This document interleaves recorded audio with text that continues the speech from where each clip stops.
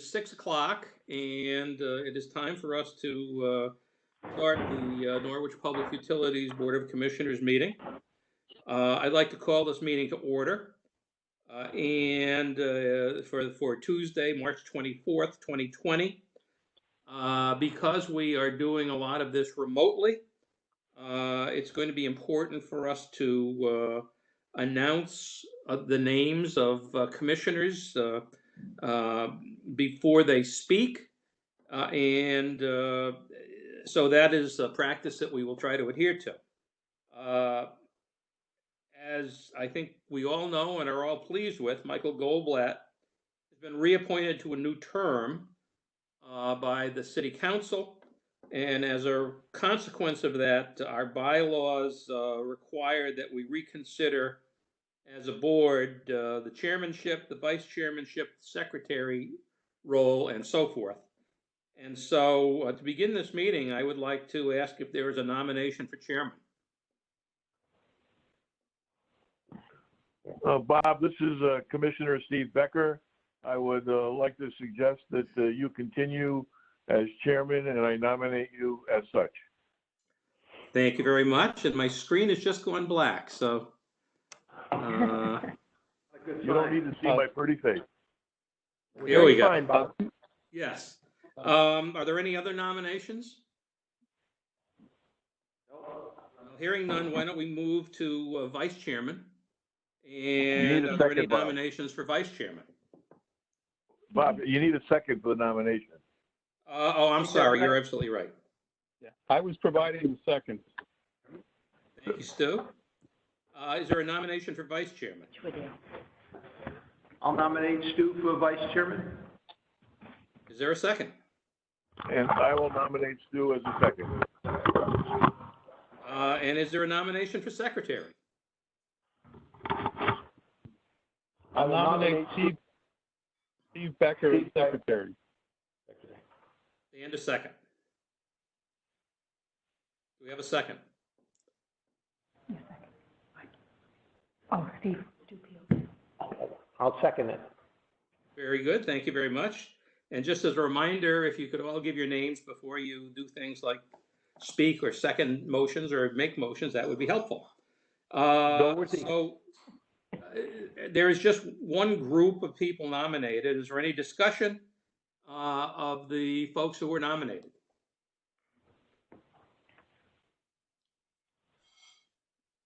Bill Wazika, no? Yep. I have no comments or further discussion. Oh, okay.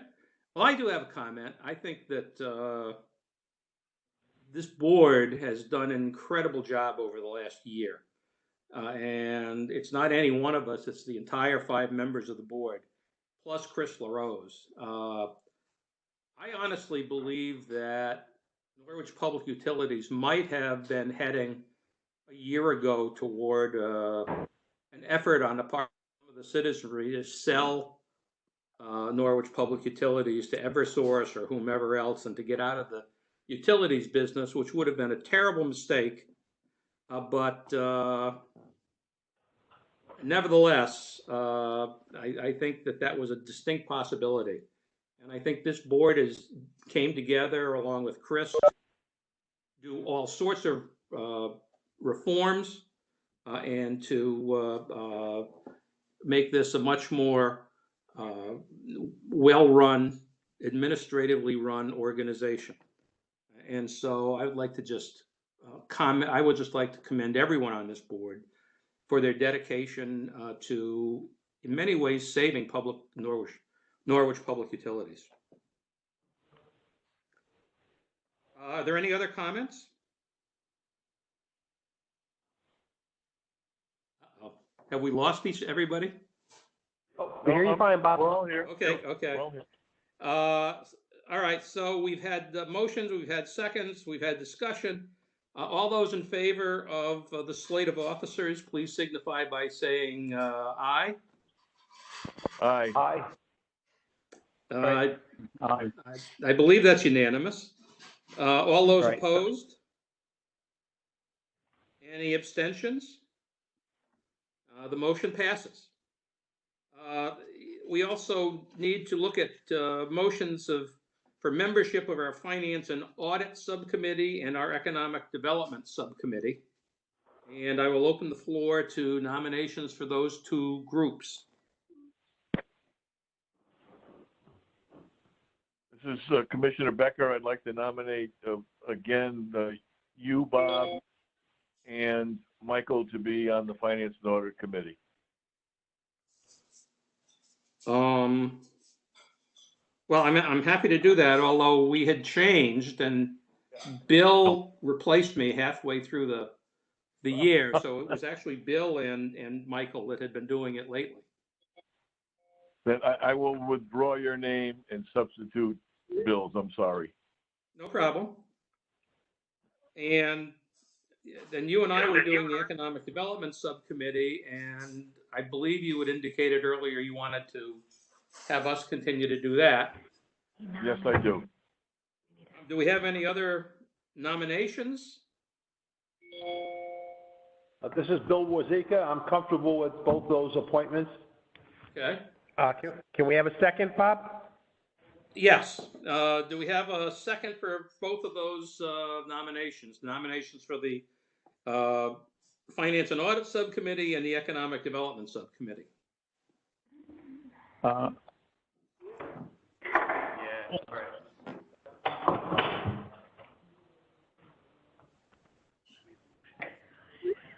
Somebody else has to be second. All right, can someone make a second on that?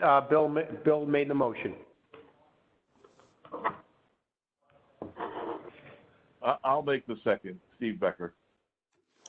All right. All those in favor of the appointments to the two committees signify by saying aye. Aye. Aye. Are there any who oppose it? Or any abstentions? If not, the motion passes unanimously. If we, now that we're all in agreement, we can move the nomination. Oh, we have done that. I'm sorry. We voted on all of the nominations. The next item on the agenda, and I have no idea how this is going to work, but it's the 15-minute public comment period. I don't know if we have any members of the public who have logged into this, but I will give a moment for anyone who has to make their self known and give their comments.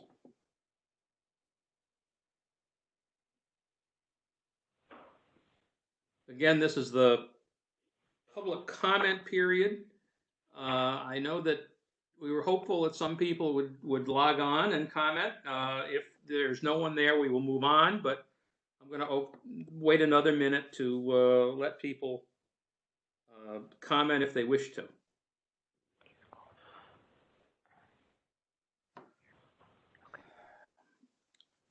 All right, not hearing anything. We will move on to approval of the minutes. I'll accept a motion to approve the minutes of the special NPU board meeting held on Tuesday, February 25th, 2020. And I'd ask that someone make and second the motion. This is Bill Steve Wozika. Becker. Bill ahead, Wozika, Bill. I'll make a motion to approve the meeting minutes of February 25th, 2020. Thank you, Bill. And did I hear Steve? Steve Becker, second. All right, we have a motion and a second. All those in favor of adopting the minutes, please signify by saying aye. Aye. Those who are opposed, signify by saying no. People are acting on the president. 15 days to start his president. And it is making a material difference. Our expert and scientists. All right, can somebody please mute if you got the news on in the background?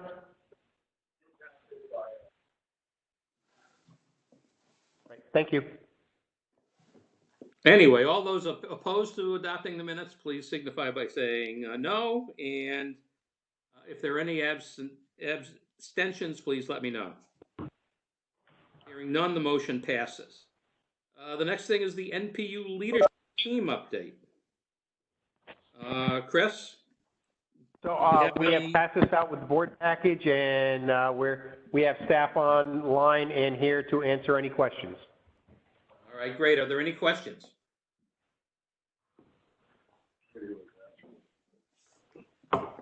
Hearing none, we will move on to item 5. And that is a motion to recess this meeting to go into the sewer authority meeting. Do we have a motion to do so? I'll make a motion. This is So Bill moved. Wazeek. I'll make a motion to recess into the sewer authority meeting. Thank you, Steve Bill. Becker, second. All those in favor? Aye. Aye. Aye. All opposed? Any abstentions? The motion passes. We are now in the sewer authority meeting, and I'll call that to order. We have to repeat the nomination and of officers. And once again, is there a nomination for chairman, for vice chairman, and for secretary? Traditionally, it's been the same people. So if that's the group, please let me know. This is Bill Mr. Chairman, Wazeek. I suggest that we cast one vote for the same leadership in both. Thank you very much. Do we have a second? Bill Wazeek, I'll second it. All right, all those in favor Aye. signify by saying aye. Aye.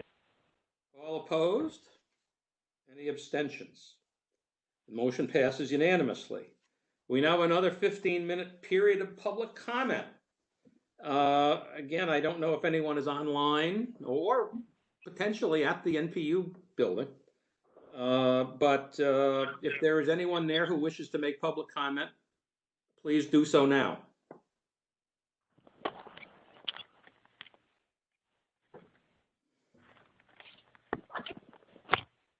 Again, this is 15 minutes of public comment. If there are any people either there or online, please make your comments known. Chicken, turkey. All right, hearing none, we will move on to the next item, which is minutes of the sewer authority meeting held February 25th. We need a motion and a second to adopt the minutes. This is Bill Wazeek. I'll make a motion to approve the minutes of the sewer authority meeting. Thank you, Bill. Do I hear Becker, Steve? second. Yeah, we have a second by Steve Becker. Any discussion? And hearing none, all those in favor of adopting the minutes signify by saying Aye. aye. Mike Aye. is in favor. Very good. Thank you, Mike. All those opposed? And any abstentions? I hear none. The motion passes. Financial report is next on the agenda, but there's no action this evening. The next thing is a strategic presentation on the fiscal 2021 sewer budget drivers. Chris, who are we going to hear from tonight? Yeah, so we've had the opportunity to have gas, water, electric, and our general and admin functions all present this. The last presentation we have is on the sewer budget drivers, and Larry Sullivan will be presenting. All right, Larry, it's all yours. Can everybody hear me? Yep. Are you fine here, Larry? Okay, Larry Sullivan, wastewater integrity manager. Who's driving the bus as far as slides? Is that you, Chris, or Randy? No, Randy's Randy, doing that. Just say next slide and we'll be good to go. Perfect. All right, next slide, please. So this is just a quick agenda on the topics we're going to hit tonight as far as an update for the sanitary sewer operations, wastewater treatment plant, collection system, the O&M we have ongoing in the system, and some capital projects. Next slide, please. So as far as the wastewater treatment plant, as I think the board knows and Chris certainly knows, we did have an EPA inspection on December 10th and 11th. They focused on the maintenance of the plant as well as our weekly and monthly reporting for the state. We actually got kudos on this one. They commended NPU, the maintenance and operators for keeping up the upkeep on the plant that's 45 years old. Our plan for the near future is to continue routine maintenance to meet all NIPD's permits requirements. We have with CDM, our consultant, we are attempting to amend our long-term control plan and submit it up to DEEP by the end of April as promised. This update will have a new construction or project schedule for the plant's upgrade, the new wet weather treatment facility, and also a Rose Alley pump station, a new one. Once the long-term control plan is approved, NP will then renegotiate the existing consent order and to incorporate the new construction schedule that's contained within the long-term control plan. And before the coronavirus outbreak and the slowing down of everything, we were looking at a spring of 2022 start of construction for the plant. Where that stands right now is a good question. I don't know how responsive DEEP will be in the next few months, but we still will get them the information we promised. Okay. Next slide, please. Next Larry, slide, this is Larry, Yes. Steve Becker. Where Steve. are we with, you're saying we're going to start construction 2022. Is this with all the updated information that we've talked about over the years? Are we Yes. are we there yet, or nearly there yet?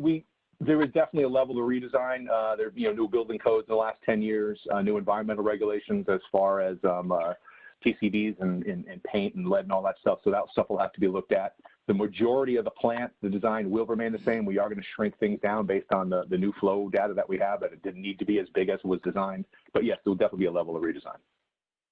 We think we can get. We think we can get that done by the fall of 2021 to get permission from the state to build. There were elevation issues. We've Yep, solved all the elevation issues. Yeah.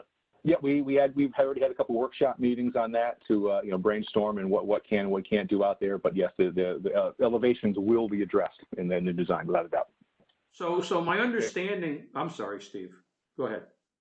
No. So you're in lieu of the coronavirus and everything else, April 2022 was the anticipated potential start date. Is that what you're indicating? Yes, when we first laid this plan out, yeah, but we went out our last meetings with DEEP when you wouldn't get them information because we still have to, again, they have to approve the long-term control plan. They said they would with what we're presenting. We still have to renegotiate the consent order, which it should go smooth because they're kind of getting what they want, but we'll see where this goes. But yes, that is the schedule that's laid out with the state. There are both sides, the expectations for both sides. So that was sort of my question. I know for a while the state wanted an even more elaborate design, and we had been pushing for the design that we've all seen. Has the state basically bought off on that? Yeah, the design, they said the big change they wanted was the wet weather treat. It's called the high rate clarification facility, a second way of treating high flows as opposed to sending the water to the river. NBC is building one now. These things are all over through New England. DEEP is really big on, treat every drop you can. And for the strict environmental law, that is actually the best solution. Treat as much as you can. Okay.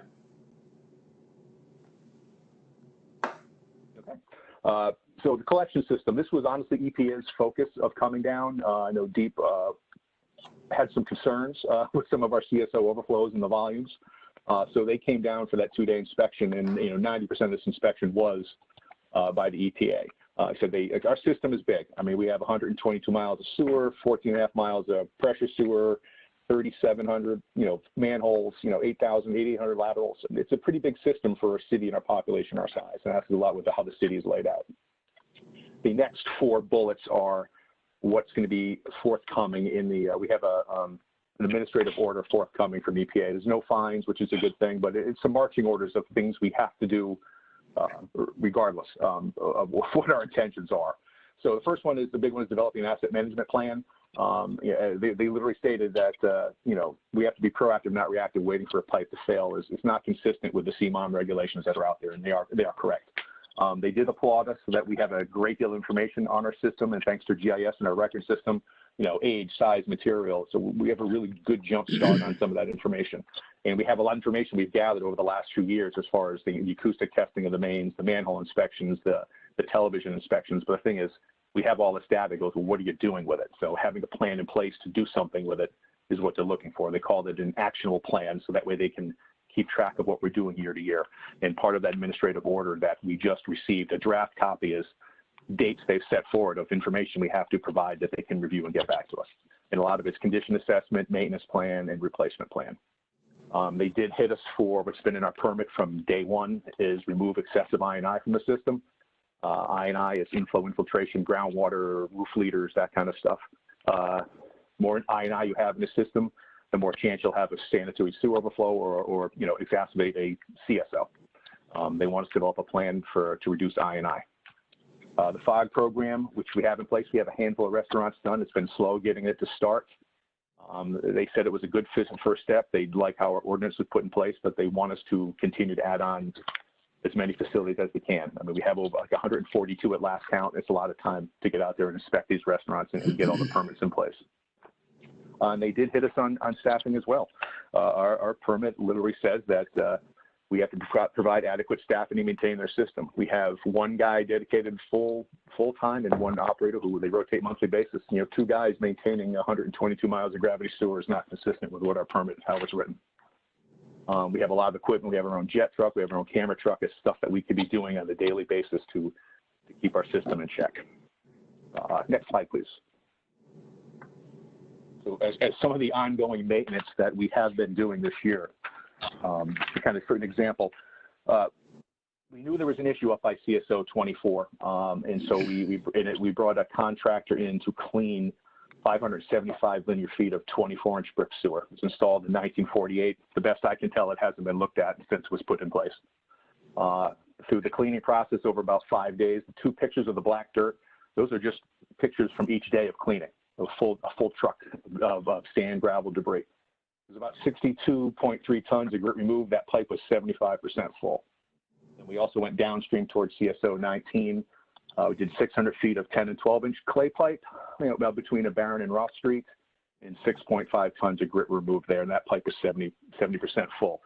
So just that reduced pipe capacity, it will absolutely exacerbate a CSO overflow. And a quick aside, so last night we had 1.5 inches of rain in the city. We had CSOs go off. That's what's going to happen with a rain that size. Last night, CSO 24, 818 gallons went over. And why that's important, so I went back and looked at all our data from 2018 and 19. In the summer of those 2 years, we had 4 events that were 1.5 inches of rain. In the summer, when groundwater's low, the average overflow from that CSO was 578,000 gallons. And then I looked at spring, fall, and winter, which is high groundwater, snow melt, that kind of stuff. There were 12 events that were 1.5 inches of rain or more, and those averaged 945,000 gallons of overflow. Last night we had 818. So Deep's right. So maintain your system, keep it clean, fix your weirs, your diversion structures, and it will absolutely reduce flow to the river. And you see, as far as staffing levels, the 9 bullets that are below our permit requirements and that stuff that we need to get a better jump on. I mean, just the daily cleaning of the mains. Those the pictures above should tell that entire story.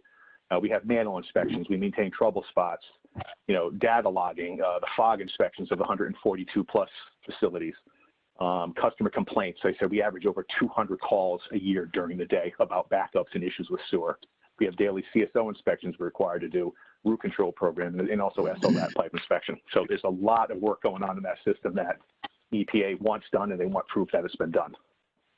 Did I hear you correctly? We average 200 calls a day, customer complaints? A year, yep, 200 calls during the day. Oh, that makes more sense. A year, yep. Wow, my computer just timed out on me. Give me 2 seconds. There we go. Next slide, please.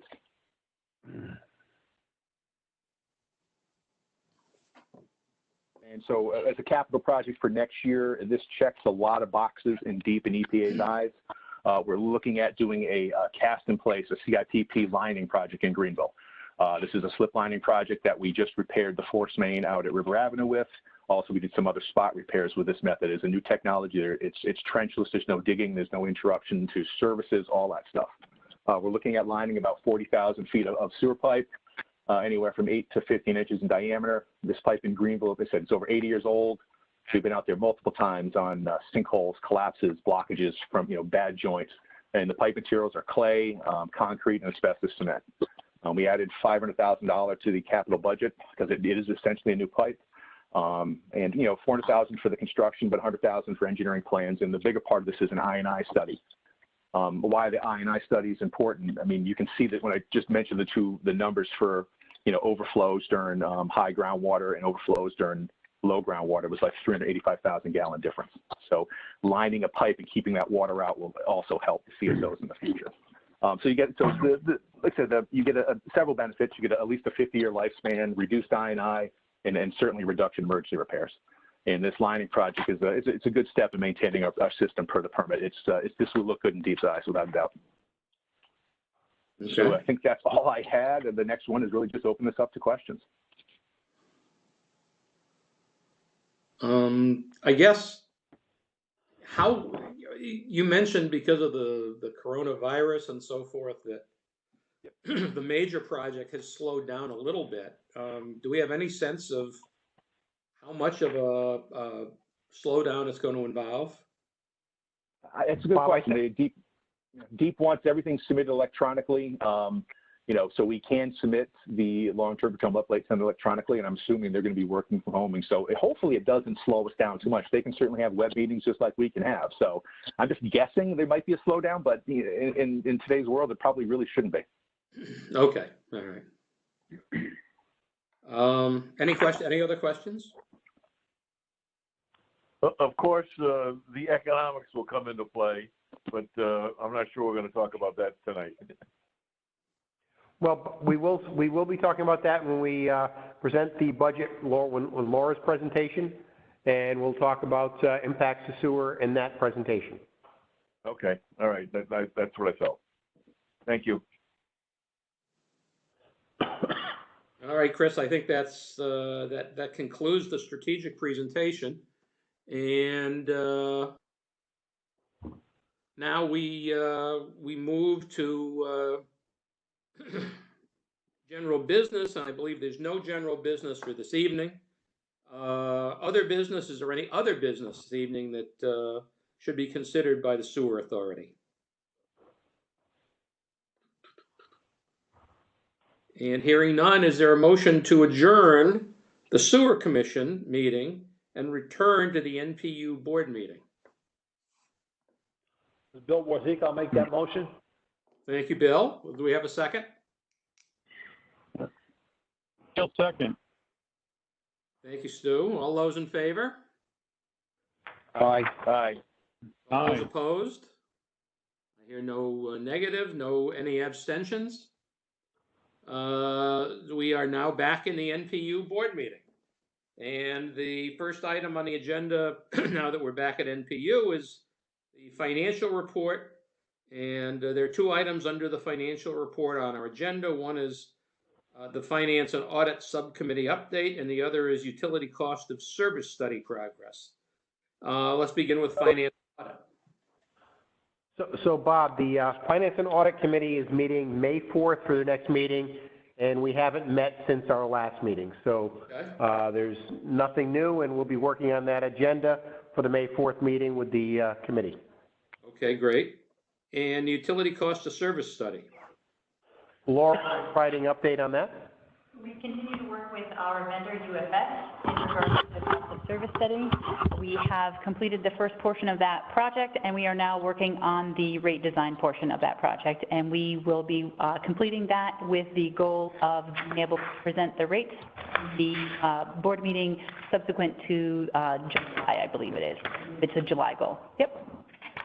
But we are, if I understand correctly, we're talking about if there are any changes in rates or rate categories, that's not going to occur until fiscal, what would it be, 21, 22. Is that right? Or is that wrong? We are working on that evaluation right now to see where best it works for NPU and for our customer base as to how, because there are significant changes amongst all divisions, and each one of them are going to take analysis on that. So we'll be keeping the board apprised as we go through that process. There will be a change to sewer rates in November. Yes, yes. I was thinking more in terms of electric and gas and Yep. water. Yep. We'll go into great detail on that in the next presentation. Okay, fine. Thank you very much. The next item on the agenda is the CMEC update, and Robin Kipnis, legal counsel for CMEC, is here tonight. And if you're still with us, Robin, you're on. I'm here. Can you hear me? Yes. Yes. Okay. The one thing, the resolution, Robin, that you provided was emailed out to everyone this afternoon. So if everybody can just look at their emails to make sure they have the latest and greatest as you walk us through this resolution. Right. So, hi and good evening. Hope everybody's feeling well. What we are asking right now of NPU is that CMEC is engaging on a refinancing of their existing bonding that's out there, and approximately $76 million of tax-exempt bond.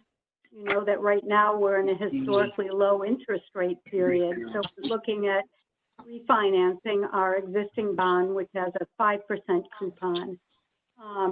So in connection with that, with the refinancing, each of CMEX members, which Norwich Public Utilities is a member, has to provide a certificate. And we will require one certificate for each of the series of bonds that are being refinanced. And the certificate in essence says that Norwich's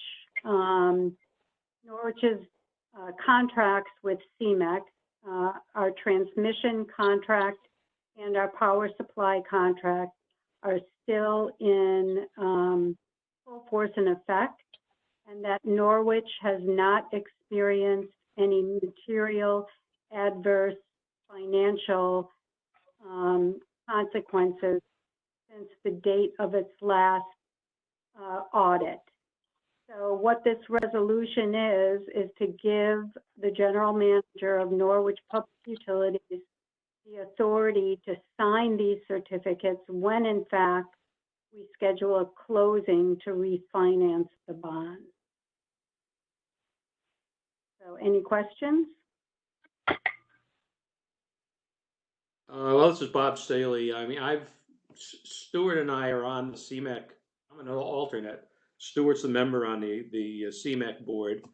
And we've had a couple of presentations by CMEC's financial consultant. And there are 2 or 3 different ways to go about refinancing these bonds. But there is no question that refinancing these bonds is the right thing to do. It's going to save CMEC a tremendous amount of money, and that's essentially going to be a benefit to the local utilities as well. So, Stuart, I don't know if you want to make any comments, but it seems like a pretty straightforward proposal. No, yeah, well, thanks, Bob. We had a very good presentation by the financial advisor that CMEC uses, and they had put out requests for proposals at 6 banks to get ideas. Each bank had a slightly different idea about the best way to refinance the bonds. But the net of it is, depending on how you do it, we could recoup as much as $12 million on our current debt. So it was quite an interesting discussion, and I think everyone was in favor to move forward to see if we could recoup that $12 million.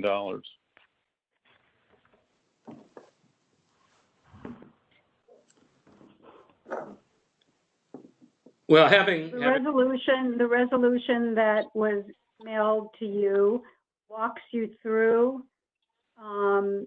just the points that I just made orally, and again authorizes the general manager. I tried to copy the form of resolution that you seem to use to authorize and approve a signatory on documents.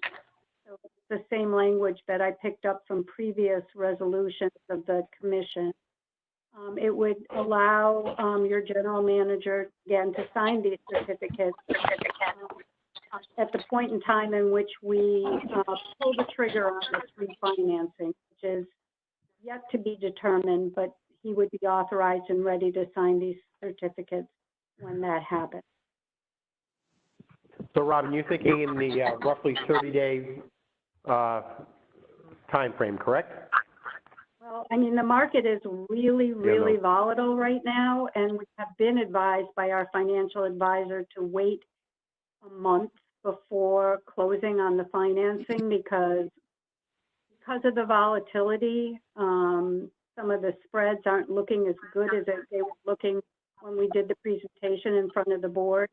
So we are meeting with our financial advisor and the bank on a weekly basis to price.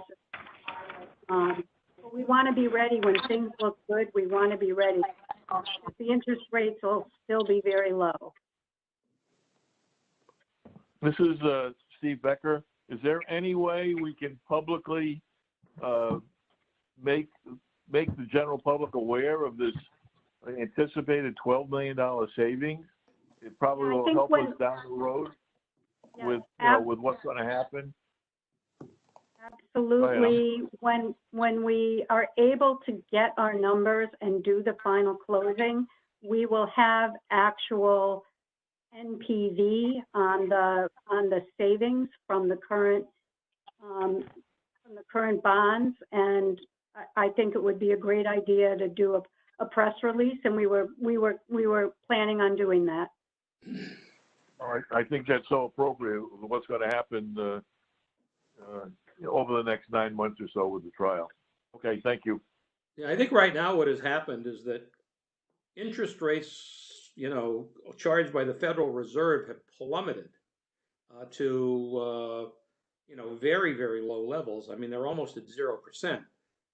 But the demand for non-federally covered debt is not as strong as it was a couple of months ago because rates are so low, and they're viewed as being low because of the coronavirus and because of a temporary situation trying to stimulate the economy as opposed to some general economic trend. And so I think as a result, it's a little tough to get rated private debt approved at this point, but it will be over time, and interest rates are not going to skyrocket at all. And when our financial advisors made this presentation to us, it was before the coronavirus, and it was before rates plummeted like they did. And the $12 million was a savings then, not now. So, I mean, it is highly likely that that's going to be more or less what we save. And I think it just makes all the sense in the world. And if people agree, maybe we can get a motion to approve this item and then move on.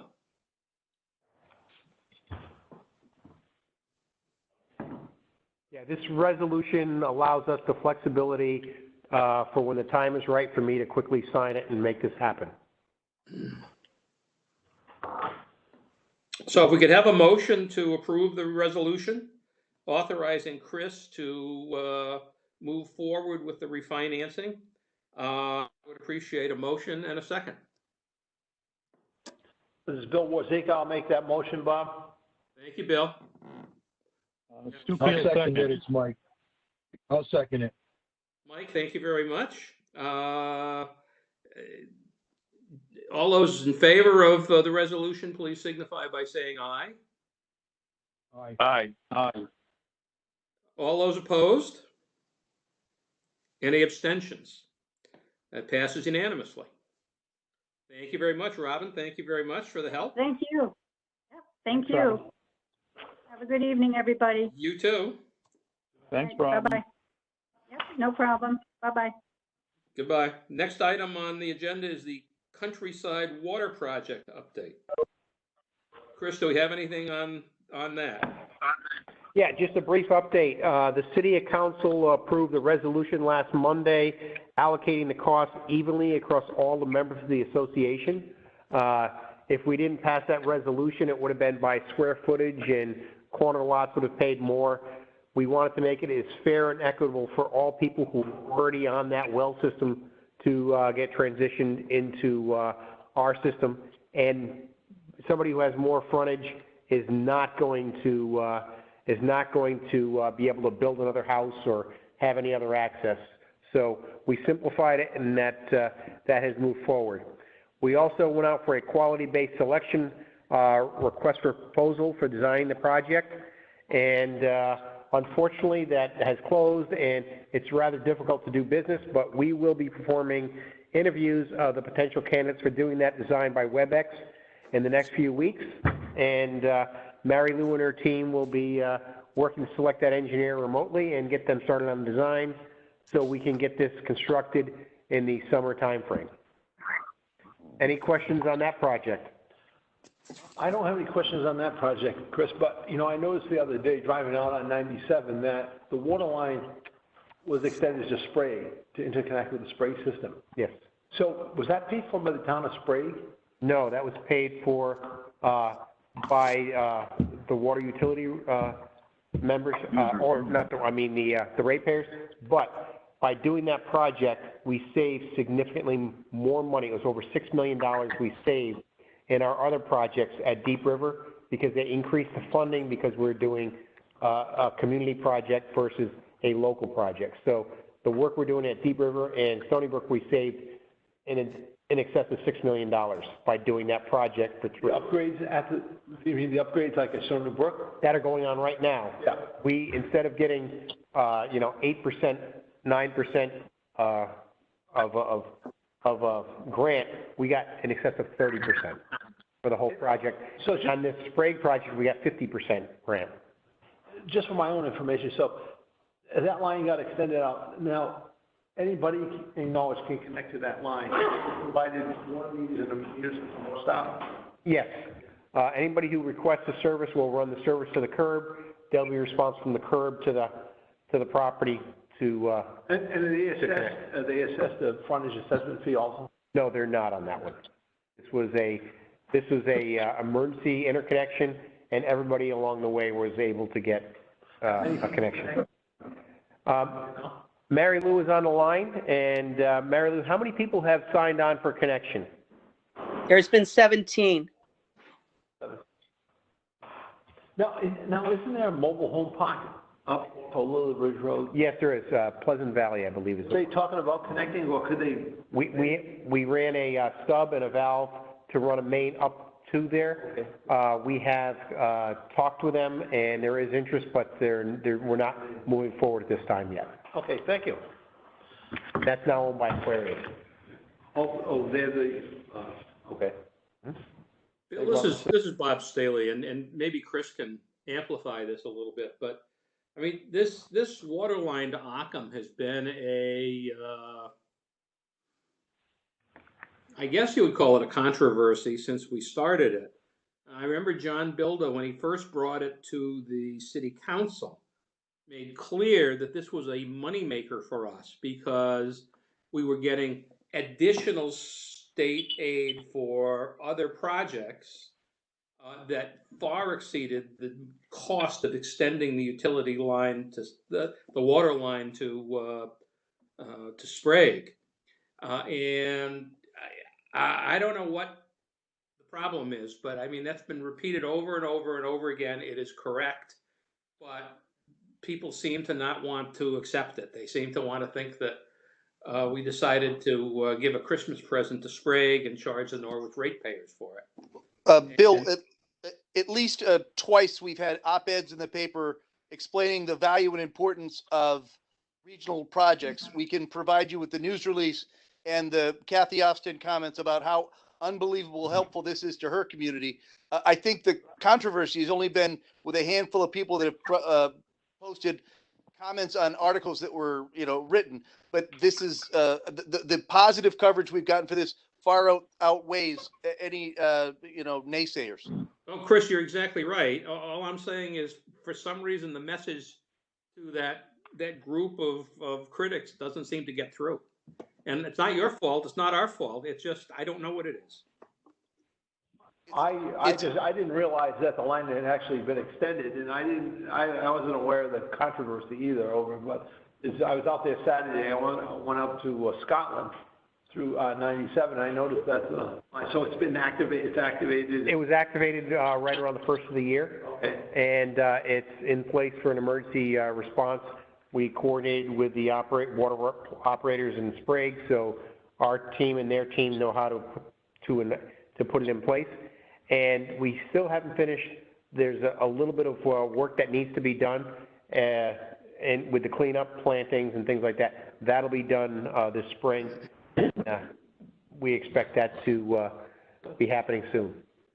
Bill, I can send you some background information tomorrow morning. Yeah, that'd be good. Yeah, just my own information. I was unaware. So there's a water meter at the town line, and Yes, there is. Thank you. And it's very similar to the interconnection we have at Mohegan Sun. And we'll be working with Groton to put another interconnection in on the Preston side of the horseshoe. Thank you. All right, Chris, are we done with Countryside? Excuse me, with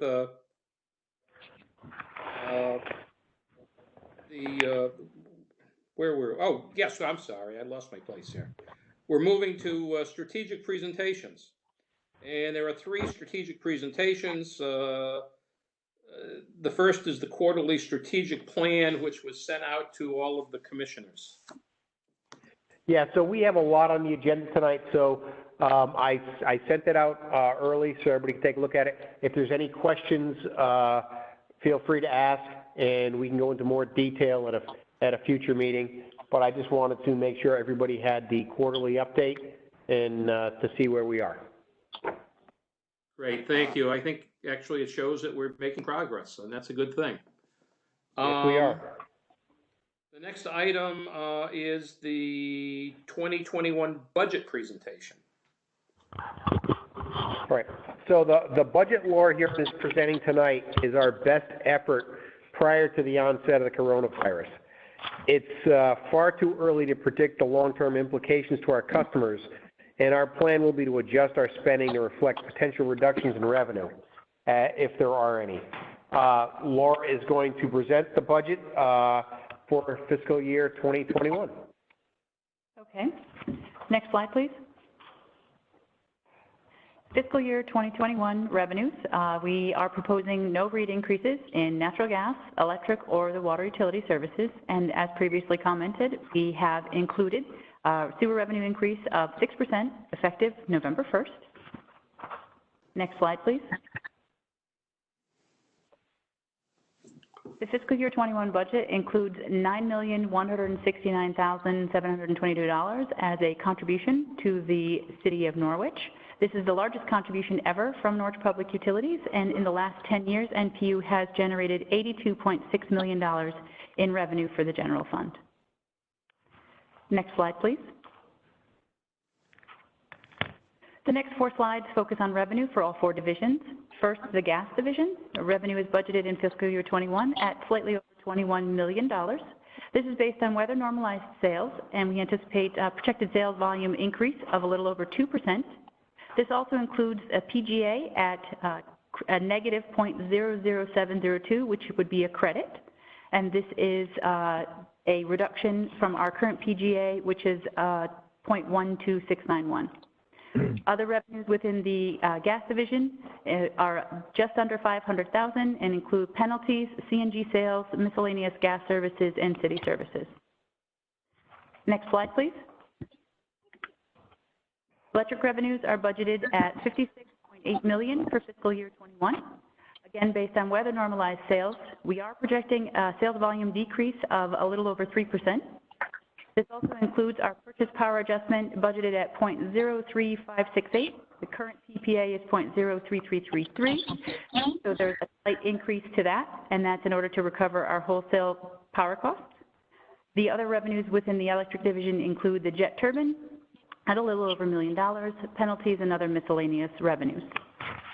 Next slide, please. Water revenue is budgeted at $11.4 million. Sales are projected based on historical averages and trends, and other revenues within the water division are $255,000 and include cell tower leases, penalties, pool water sales, and other miscellaneous revenues. Next slide, please. Sewer revenues are budgeted at a little over $9 million. Again, projections are based on our historical averages and trends, and this budget does include the 6% rate increases effective November 1st. Other revenues within the sewer division include our sewer capital connection, penalties, miscellaneous revenues, and our septage. Next slide, please. The next slide focuses on revenues outside of sales. First is our contributed capital and grant revenue. As we were discussing our capital projects funded by the state, we have our Clean Water and Drinking Water Fund program for the East Side CSO at $2.4 million, the Stony Brook Dissolved Air Flotation is $600,000, the Countryside Water Service for $175,000, our Deep River Sand Filters for $179,000. We also received some funds from the Greenhouse Gas Initiative, participate through CMEC. Our total budget for the capital and grant revenue is $3.681 million for fiscal year 21. Next slide, please. Laura, can I ask a question? Sure.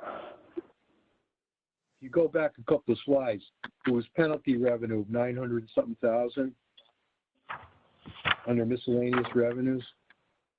Sure. That would probably be, so that would be in the electric division, so that's on slide 5. It's actually in all 4 divisions.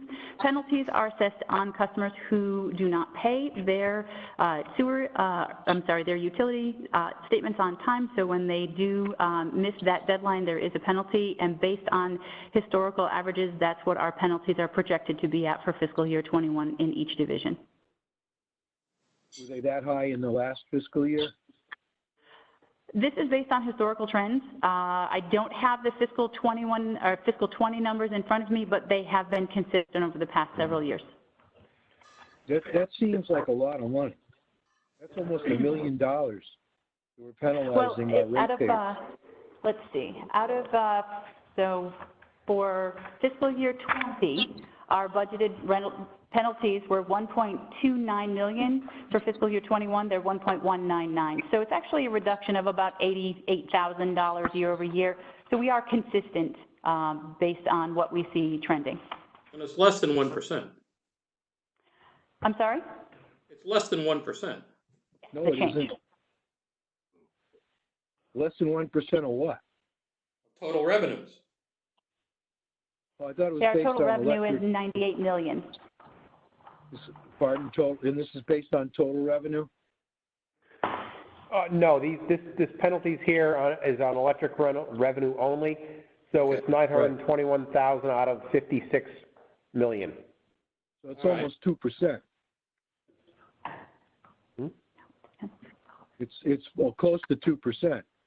Yeah, if it's only on electric, it's different. You're right. And electric is our largest service. We have the most customers see that activity. Can I say something, please? Sure. Sure. In my opinion, I think I don't like that number. I think that's got to be reviewed. A lot of times when people send in their bills, they don't get processed for 5 days. So people are sending in their bills on time, and they're getting hit hard with penalties. Of course, people are under the threat of termination of service as well. I'm wondering if, these penalties aren't too severe. We're coming at the tough times here, and I'm not comfortable with that number, as speaking just for myself. And, I'd appreciate it. Maybe the Audit and Finance Committee can review this. We can do a deeper dive, Mike, on that at our next meeting.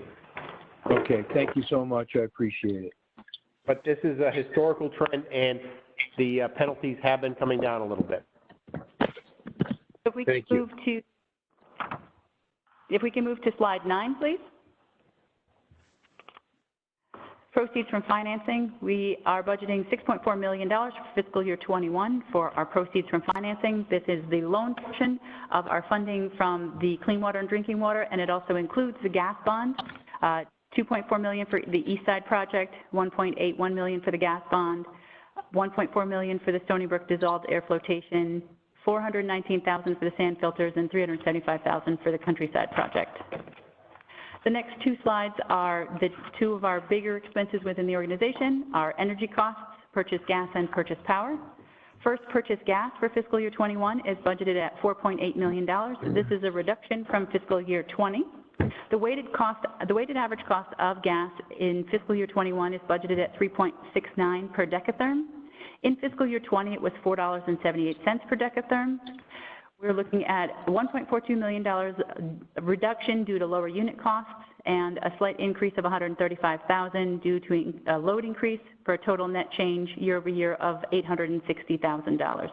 And this includes the benefit for the full year of the expansion projects that we've been working on through the pipeline for the last couple of years. Next slide, please. Purchase power expense is budgeted at $27 million for fiscal year 21. The weighted average power cost for fiscal year 21 is $86.96 per megawatt hour. In fiscal 20, it was $81.47 per megawatt hour. It's an increase of $1.71 million, and that's due to the higher unit cost, partially as a result of the use of less of the rate stabilization funds.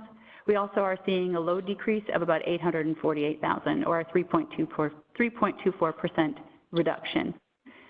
This does include avoided costs based on our hydros, which is about $534,000. Next slide, please.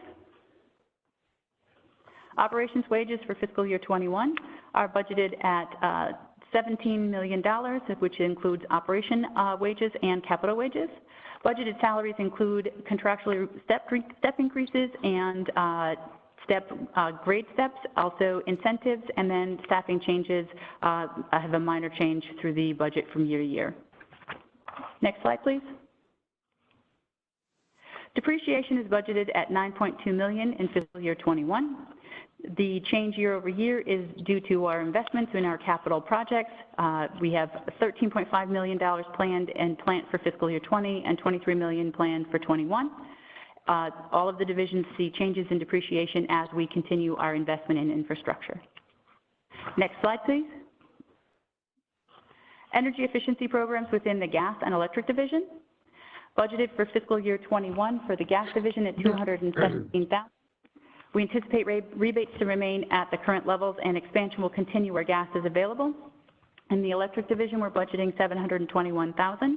Our major focus is through load growth of heat pumps, and our commercial focus has changed from LED lighting to advanced controls, heating, and cooling. Next slide, please. So the next 8 slides are operations and maintenance and capital for each of the 4 divisions. We'll start with the gas division. Our O&M budget for fiscal year 21 is $1.149 million.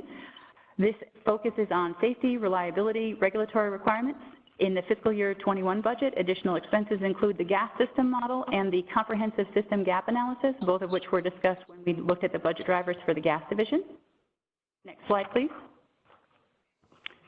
Gas division capital is budgeted at just over $3.6 million, and it includes mains and services, which would be the expansion to Hale Mill, the DIMP replacement, the implementation of the AMI gas meters, regulator station improvements, planned plant improvements at the LNG station, equipment, and vehicle purchases.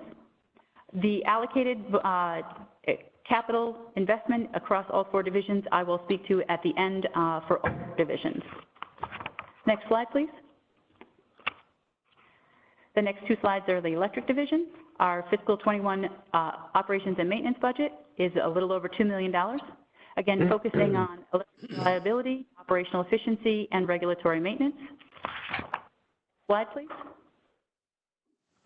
The electric division capital is budgeted at $2.18 million, includes substation improvements, distribution system improvements, transformers, poles, AMI metering, generation improvements for the electric division. Next slide, please. Operation and maintenance in the water division is budgeted at $2.19 million. This includes additional expenditures related to regulatory requirements, including the seasonal drought management plan, the comprehensive performance evaluation, updating the water supply plan, the leak study, and the risk and reliance assessment and emergency response plan. It is offset by anticipated decreased costs at our wastewater expenditures at our Stony Brook plant due to the dissolved air flotation project. Next slide, please. Water Division capital is budgeted at $4.2 million for fiscal year '21. It includes our ongoing DWSR-funded projects, including the Stony Brook dissolved air flotation and the Deep River sand filtration. It also includes the Mains and Services, which is the Countryside project, and additional equipment investments in both Stony Brook, Deep River, and water storage, which includes the painting of the Yantic tank. Next slide, please. Operations and maintenance in the Sewer Division, budgeted for fiscal year '21 at $2.2 million. Costs increasing due to the EPA administrative order. This is all of the items that Larry just went through in detail. Next slide, please. And the Sewer Division capital is budgeted at $5.77 million. The biggest part of that project would be the Clean Water funded East Side CSO project at $4.8 million, and also includes the main installations, which is the relining that Larry had just spoken to in his previous presentation. Next slide, please. Overall allocated capital expenses. These are capital expenses for the entire organization, and they are allocated amongst all 4 divisions. These include building renovations for the South Golden Street, including paving, facilities improvements, security, and roof improvements for this building. It includes information technology expenditures, including hardware, aerial photogrammetry, and our technology plan. It includes expenditures for capitalized tools, including additional metering handheld tools and vehicles, including electric vehicles for our fleet and a field service utility truck. Next slide, please. And now we are at the next steps of this process. And as Chris mentioned, while we were putting this together, everything that we were working on for the past several months prior to the current conditions related to the coronavirus, and again, reducing fiscal '21 spending as based on potentially reduced revenues. Currently, our presentation to the City Council is scheduled for April 13th. We are waiting to see if there's any adjustments to that schedule based on the city's project, and that concludes our budget presentation.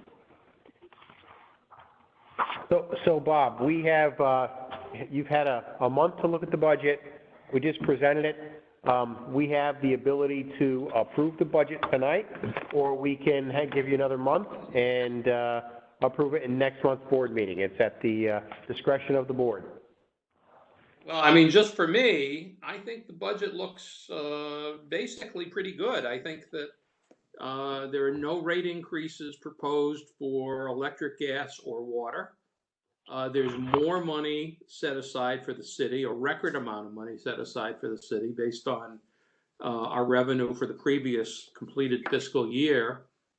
And, you know, the one increase that we're going to be facing over the next few years in the sewer area is to essentially dramatically upgrade our sewer plant to meet higher DEEP standards, and we're facing a consent order to do it. I'm not saying it's a bad project or a good project, but all I'm saying is it's not our initiative and it's not our decision. So we have worked very hard. The staff has worked very hard to try to find the most efficient and cost-effective way to do it. But it's not going to go away, and it's not something we initiated. It's something that the state is imposing on us. So with all of that in mind, I mean, I would be happy to vote to approve the budget. I'm okay with it, Mike.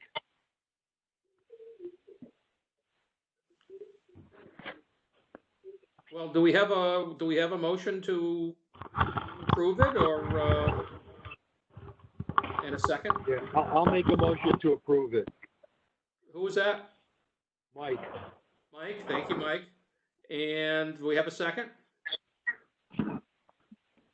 Steve Becker, I'll second the motion, Bob. Great, thank you. All those in favor? Signify by saying aye. Aye. Aye. I think that was all of you, but anyone opposed, please signify by saying no. And any abstentions?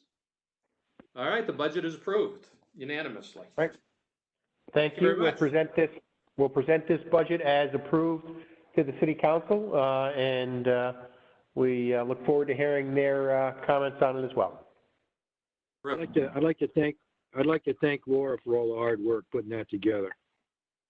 Thank you. That was a team effort for several months, and it was a lot of work, and it was important to get this project taken care of.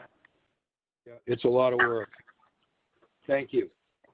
Yeah, we also implemented a new program to assemble a budget this year. So not only was it getting the budget done, but it was also learning a new way of doing it, a new tool. And I think Laura's team did a fantastic job of getting everyone up to speed. And I think it was actually a little easier at the end of pulling it all together because of this tool.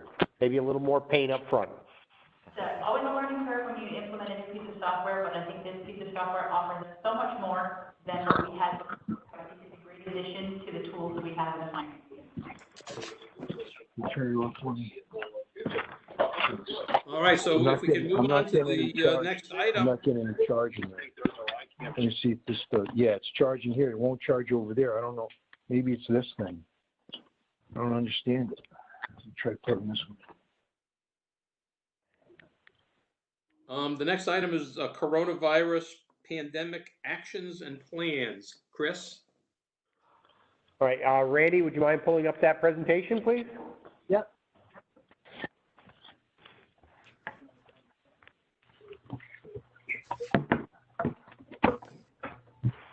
It's charging. So the last few weeks have been a significant challenge for all the staff to get us to the operational situation where we are. And it's been a great effort by everyone in this place to support each other through this very trying time. Can you go to the next slide, Randy?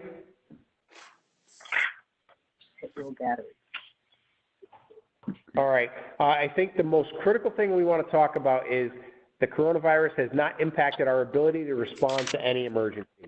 We have segregated all of our crews, and we're doing things to make sure we're minimizing the impact to any one group and trying to get everyone segregated out as much as possible. But if there's a power outage, if there's an odor of gas, if there's any kind of a main break, we have full emergency response available. We've been meeting with the leadership team daily for over 2 weeks. It's now we're working to our third week to discuss and plan for all possibilities that have been taking place. And we are continuing on WebEx with everyone working from home. And it has been gone this week, Monday, Tuesday, very well, I think. We're getting the information we need, and people are working together in a little more challenging scenarios. We have really looked at everything we're doing, and I think it's been enlightening, I think, to see what needs to be done, prioritizing the critical functions that we do, and making sure that everything we do, we're 3 deep. So if someone has to go into isolation or becomes infected, we have multiple ways of getting things done, regardless of who's able to respond. The one thing that we are critical about, and the most important thing, is the health and safety of our customers and employees. We want to make sure we're not adding to the problems, and we're just responding as needed to make sure we're taking care of our customers and keeping our employees as safe as possible in this environment. Next slide, Randy. On Friday, we closed our service, March 16th, which was Monday before that. We closed our service center to the public, and we've been handling everything remotely. We have the night deposit box, we have online payments, we have text to pay, a lot of opportunities for everyone to pay their bills. On Saturday this week, March 21st, we declared a pandemic utility emergency, and that's where all non-essential employees are working remote. The people who have to be here are our control room operators. We have to have our water plant operators and sewer plant operators. We are still bringing people in to do meter reading and emergency response. The meter reading is done not in customers' homes to minimize impact, and it's all done either AMI or using handheld remote. Chris and his team have done a very great job of reaching out to the public through media, social media. We've had a lot of press releases. We have had a lot of updates to the public, and I think the public is very understanding in where we are. Jeff and his team, Fawn and others, have been in regular contact with our largest commercial customers to provide support and also to help them in any way to get through this pandemic. And we will talk about where we are with some of our largest commercial customers in executive session today because it is business sensitive. Next.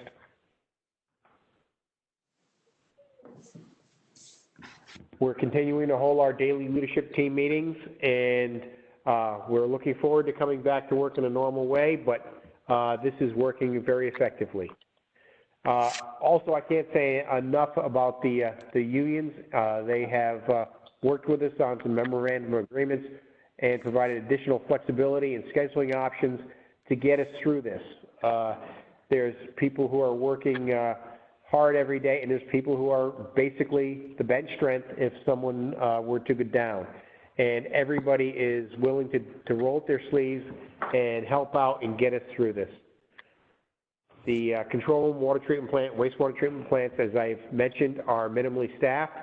We're also doing enhanced protocols to reduce interactions. So our two operators who are reporting at Stony Brook are not ever working with our two operators who are reporting to Deep River.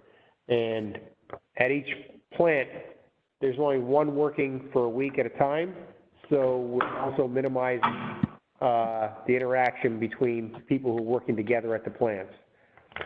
Our field service technicians are responding to emergency calls, and the readers, as I said, are reading meters remotely and taking care of estimates when need be. If there's a place where we cannot get in, we're not sending people into harm's way. We'll do the estimate. We'll figure this out when everything comes back to normal. Next. So the staff has responded and adjusting very well to these challenges. And the customer service reps have been doing fantastic working from home. This is something we didn't even know was a possibility 3 weeks ago. We knew they could process payments, but just we're able to have a phone call come in, and it's seamless to any customer when they're working with a customer service rep that that they're working from home. And the only thing that we have people from customer service coming in for are to process checks and payments that come in through the night deposit box. The initial reports, and every manager is checking with their whole team every day, is that the working from home has been very positive. And we want to make sure that we are continuing to take care of our people, because that's our greatest asset in the utility. And we want to make sure that when this is all done, everybody's got a place to come back to, and we're working even closer as a team than we were before this virus occurred. Does anyone have any questions? I was wondering, Chris, would it be maybe perhaps reach out to like WICH, the Stu Breyer show, and maybe have you or one of the managers go on just to, communicate with the consumers and, just explain this stuff that's going on? Absolutely, yes. I think that might be helpful. Bill, we've been doing an awful lot, as Chris has said, on social media. The Stu Breyer show is a lot of people that are outside our service territory, and it skews to an older demographic, shall we say.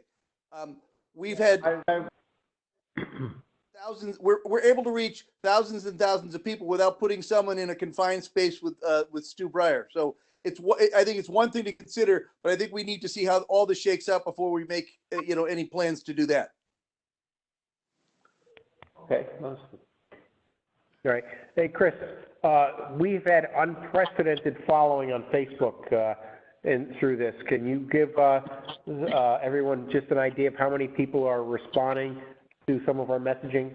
So, for example, we had posted information from either Uncas Health or UCFS or Backus Hospital, and then put a tiny, literally $8 or $10 or $12 behind it for advertising purposes, and it'll reach 8, 10, or 12,000 people.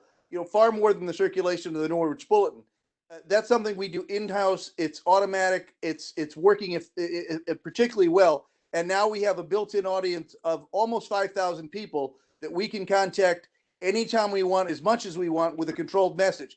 It's going to be very helpful in times like this, but it's also for longer-term customer communications ability, because we know the Norwich Bulletin is a much different paper than it was 15 or 20 years ago. We need to find new and innovative ways to communicate with customers, and it's through trials and tribulations where I think we find the most success. No, Chris, you're saying that most of the people on that show are older that listen to the show anyways. I think those are the people that might not have access to computers too. Right. And they also, we've talked to them, Bill, there's also an awful lot of them that we don't serve, that don't live in Norwich. Yeah. But we work with them all the time. They frequently have people at the board meetings, so I think it's something to keep in mind for the right time. Okay. Other questions from the board? Yeah, Chris, this is Bob. I mean, one of the other things that I think we're going to have to do after this all comes to an end, maybe when we next do an update of our strategic plan, is to try to decide whether there are any digital efficiencies that we can build into the organization on a long-term basis. I mean, I think if you ask people, what's the world going to be like in 50 years, we would all say that we're going to sit around in our pajamas and never leave the house and do everything digitally. But we don't do that now. We haven't done that now, in part because there are people like me who couldn't get on the video service here. And, it's a paradigm shift. But we've been forced to do some of that stuff. And some of that stuff may not be just an emergency way of dealing with the coronavirus. It may actually have pushed us into a more efficient way of conducting ourselves. So, I mean, I think all of this is over, it's going to make sense to think about, whether anything can be made permanent. We are making dozens of decisions every day, and we're looking at every business process that we do. Yep. A simple thing like we normally mail or hand out pay stubs every 2 weeks to every employee. That's going to be done electronically for the first time on our next payroll. Once again, we're not handing them out. We don't want to have somebody come in and mail it. What's wrong with an electronic pay stub for everyone? There's going to be a lot of things like that are coming out. And also, we have a big snowstorm, a big issue.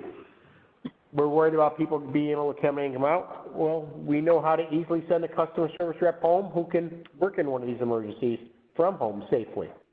So there's going to be a lot of things that we're going to learn, and we're capturing them, and we're going to make sure we continue to do these that make sense and make us more efficient.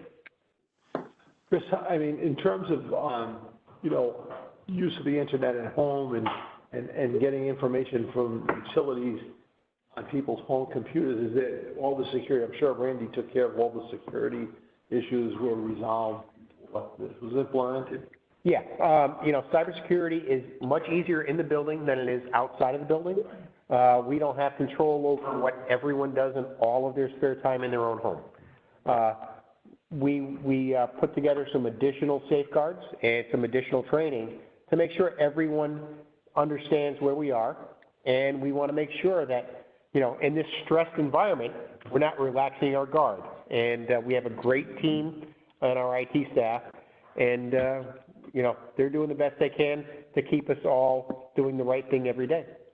Was there any, you know, apprehension by employees to get phone calls at home or give out their home phone number, like for customer service people, where they might, you know? Well, so what we're doing is they're taking their computer home.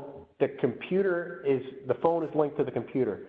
So we're routing the calls using our normal router here, and it's going to the computer. So it's not using your home phone. Okay. It's using the computer as the phone. Everybody can do that at home without. Well, the customer service reps can. Okay. Other people, if most are using their company cell phones, Yep. the few people who don't have a company cell phone are been very accommodating. Good. And we do have some people still having to come in every day.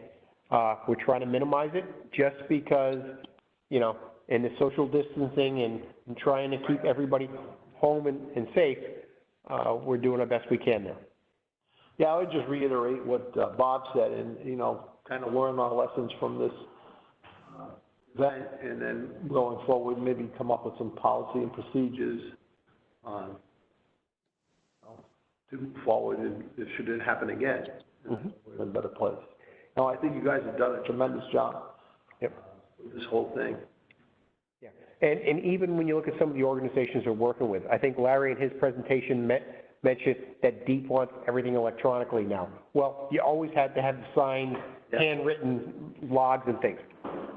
It's going to bring everyone up to a different level, and maybe make things more efficient all around. But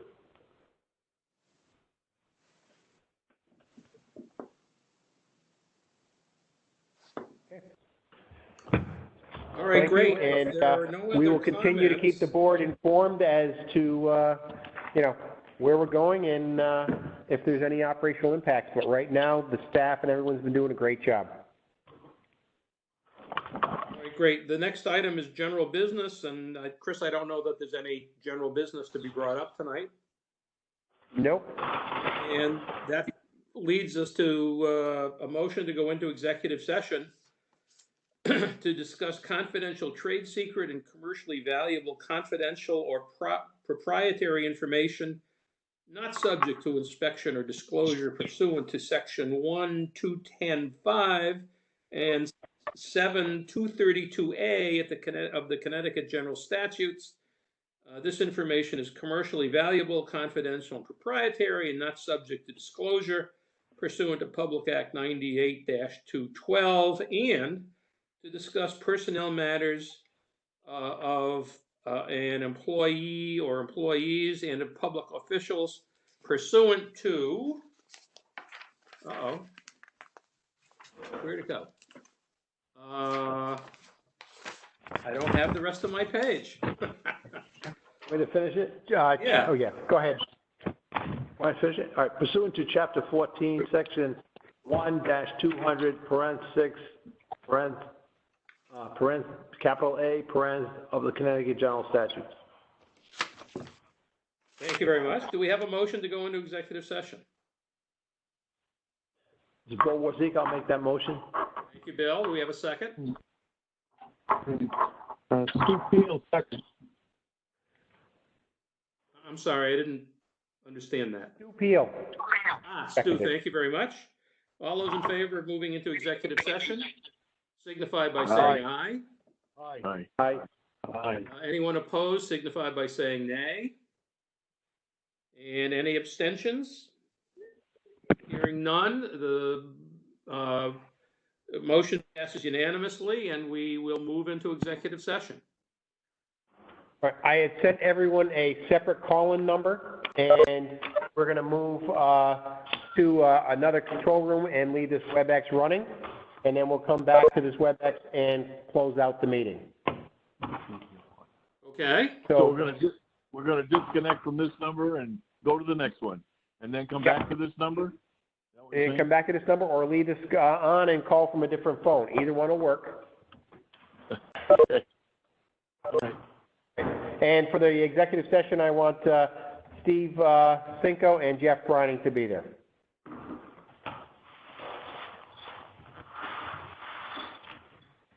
Okay, what's the number, please, for the for the executive session? Mike, I cannot give it out. I email it to you. Call my cell phone number when we get in the other room, because we're still in the public. Michelle will call you with the number. Okay. And the bridge, we have to go and set up the bridge when we get there. So give us a couple of minutes. I'll call him right now.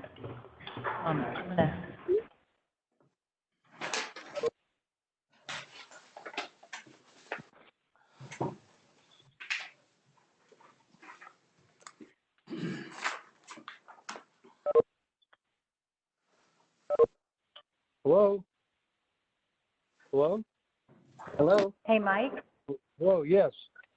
Mike, it's Michelle. I'm calling your cell. Yeah, hi, Michelle. Hi. Is your 334-1245? Yes, this is it, yes. 334-1245. Okay, do you have you're coming over the webinar. Yeah, so I don't want to get off of this.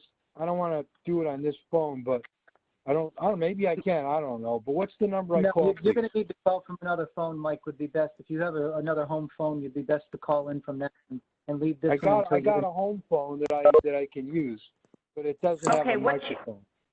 What's your home phone? I'm going to call you on that. Okay, it's 860. Yeah. 887. Yeah. 0225. Okay. Hold on. I'm calling you on that. Okay, thank you. All right. And then you've done your mobile phone, Mike, just put that one on mute until you return from the executive meeting. Okay. I can talk right here.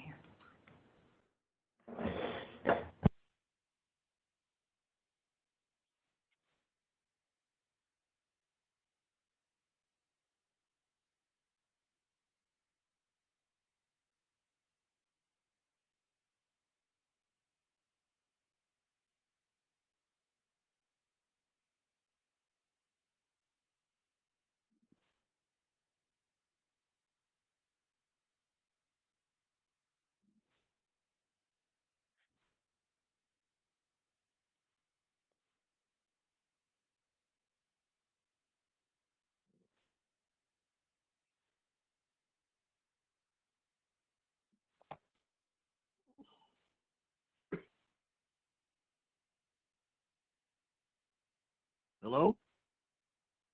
Hello? Who's this? Mike? No, this is Randy. That's you, Steve? Yeah, I'm still on. I got to disconnect and go to that 823 number. Okay. I'll do that. Thank you, sir. No problem.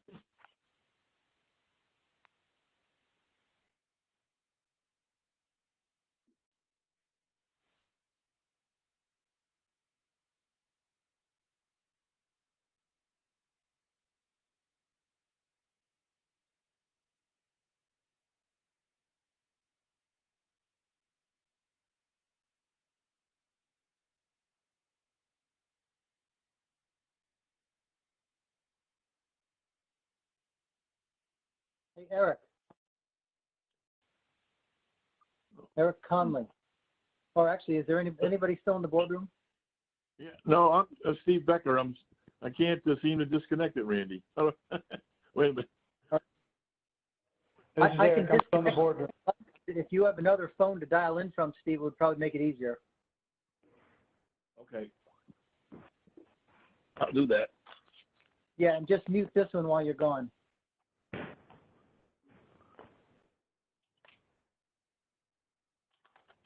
Randy, this is Eric. Eric Conley. Yeah, I'm here. Yeah, so the screen as it displays right now, is everything clear or are there little gray boxes on it? No, everything's clear. Okay.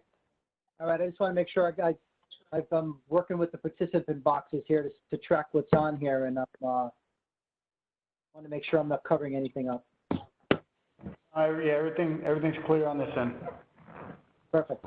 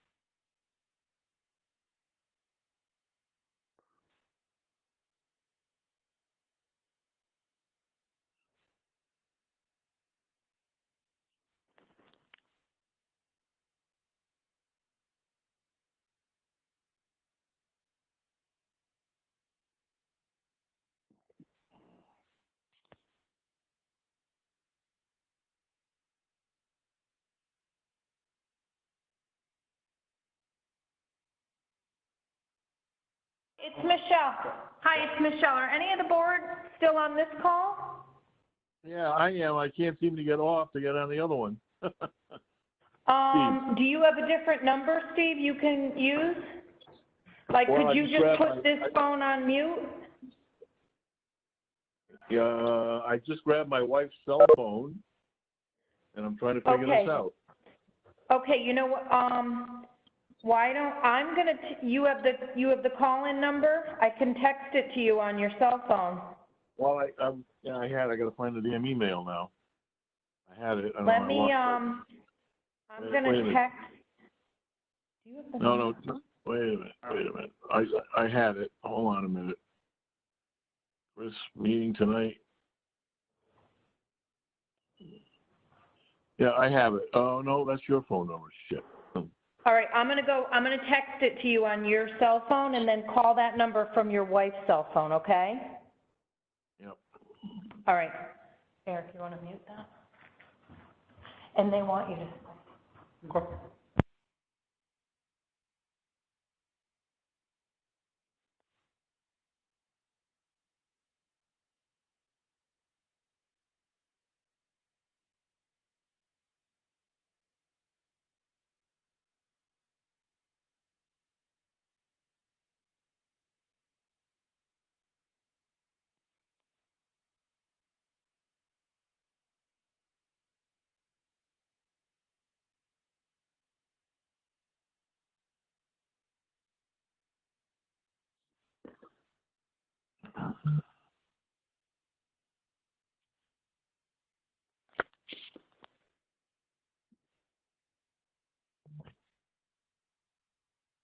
You get the text, Steve? I got the text. Yep. All right. I'm trying to call this number for executive session. Hold on.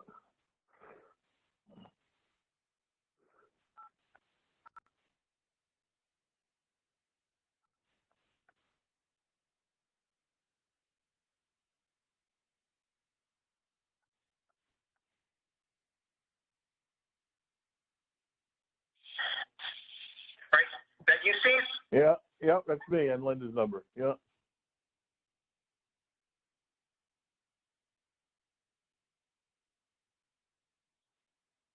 For those who are still in the boardroom, I just muted Steve, so when they come back in from the executive session, I'll unmute him. So that he's got the two phones side by side.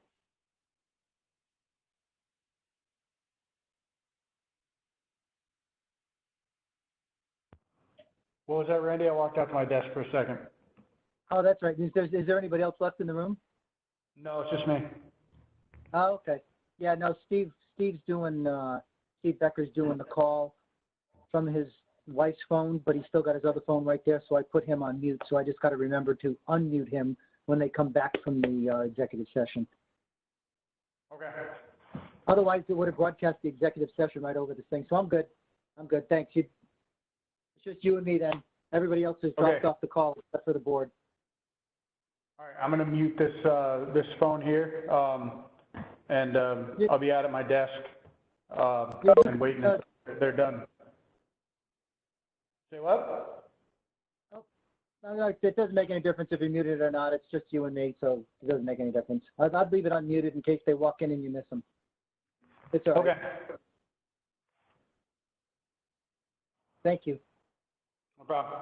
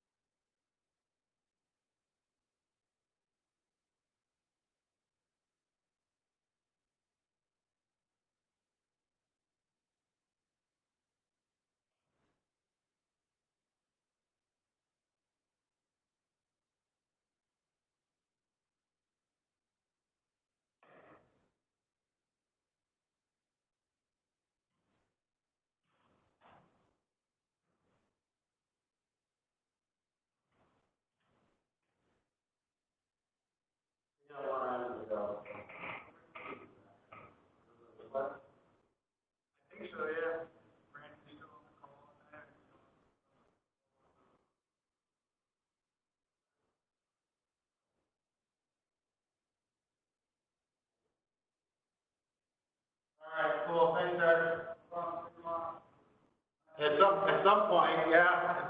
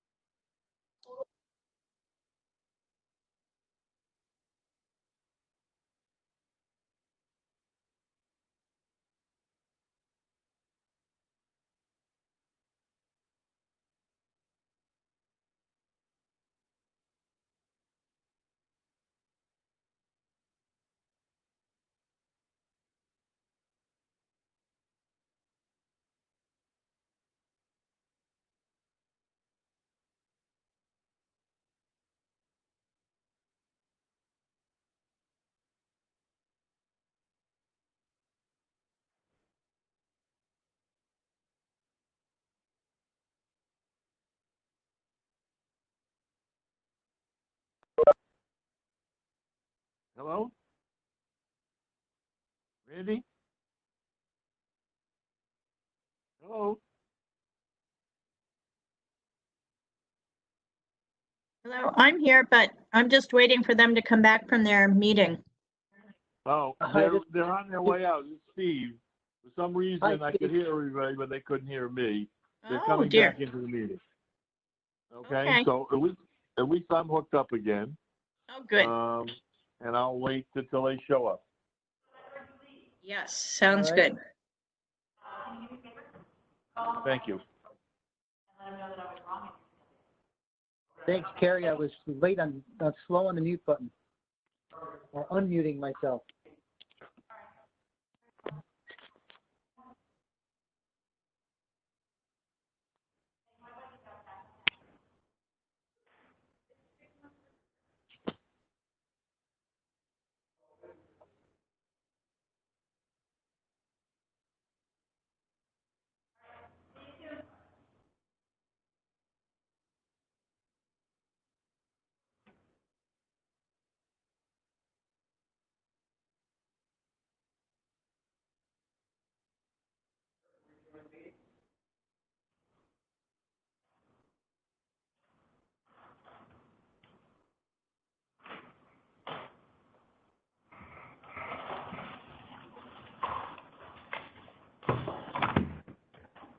Randy, are you still there?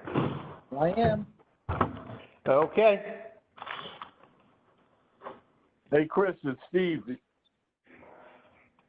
Okay. You're back on? We lost you in the other room, but. Yeah, I could hear you, but you couldn't hear me. That was strange. I mean, I Oh, okay. went through the whole So you heard how we ended up in there, so.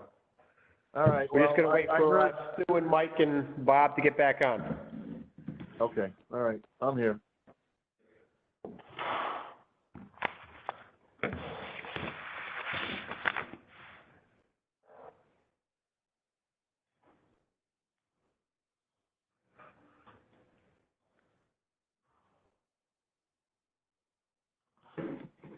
All right, looks like Mike is still logged in. Yeah, Mike's just gonna have to unmute himself because he used his wife's phone. So he just has to change phones back and he'll be good to go. Okay. But it looks like Stu and Bob need to sign back in.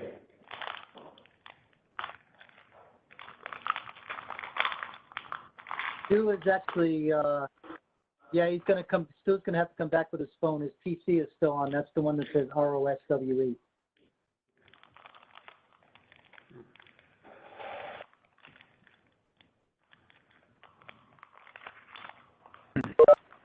All right, can you guys hear me? Got you, Stu. Okay.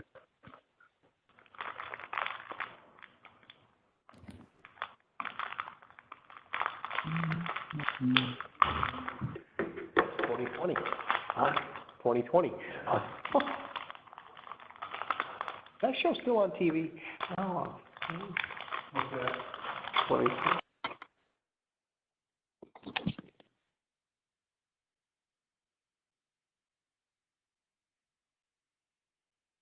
Hello?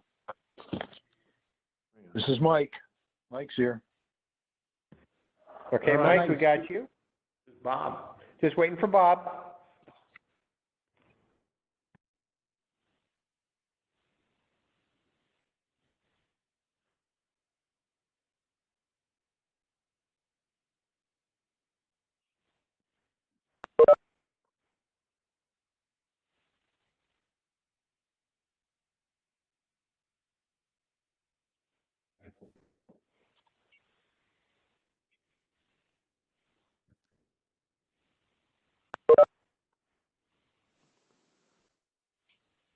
All right, this is Bob. I'm back. Okay, Bob, we have everybody back, including Steve. Okay. So we talked about the comp in the meeting. Does anyone want to make a motion regarding compensation for Chris? I'll make that motion that retroactive back to January 1st, 2020, Chris will receive a 3% increase in salary and a $10,000 bonus. Do we have a second? Stu Peel, I'll second that. All right, all those in favor? Aye. Zika, aye. Aye. All those opposed, say nay. Any abstentions? It is passed unanimously. And I think it's important to say that Chris has done a spectacular job for us. He has helped restore the sort of administrative integrity to the organization. He has submitted budgets 2 years in a row with no increase in electric, gas, or water rates. He has twice increased the contribution to the city, and importantly, we have been able to save a significant amount of money from the administrative costs at NPU, because not only is his salary more conservative, he has not been replaced as an assistant general manager. So actually the compensation for the top 2 people has gone down more than 50%. And so between the great job and the economies we've achieved, I think it's a completely deserved raise. Chris? All right, Bob, I'm very appreciative. I thank you for your confidence in my leadership, but I will request one thing. I request that I will not receive any pay increase until every employee is returned to work and we have returned to normal operations for the utility due to this coronavirus. I think that's, I think it's admirable, and I think it's something we've come to expect from you. Thank you. I would just add that I've been very impressed by Chris's leadership during this whole coronavirus thing, and that of the other NPU managers as well as the staff. And I know it's early on, but these guys have done a tremendous job, and they should be commended for a great job they've done. Yeah, we have a wonderful team here, and it's an honor to lead this organization.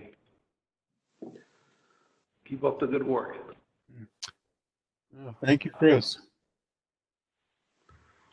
All right, well, thank you all. That is the final item on our agenda tonight, so I would accept a motion to adjourn. So moved. Do we have a second? I'll second it. All those in favor say aye. Aye. Aye. Any of you that are bold enough to say nay, let us know. And there are no abstentions, I believe, so we are adjourned. I think everyone did a great job of doing a webinar. It's not as easy as being face-to-face, but I think everybody did a great job of getting on board, and hopefully we won't have to do this for very many months going forward. Terrific. Thank you all. Hey, thanks, Chris. Hey, you'll be happy to know that it's been all night, but I finally got my headset working. There you go. So next time to go better. Ready to go next month. We may never have a meeting again in person. Yep. And tomorrow's meeting, Bob, you should have all the bugs worked out for that meeting. So continue on. All righty, sounds good to me. Good night. Good night, everybody. Thank you all. All right, good night, everyone. Good night.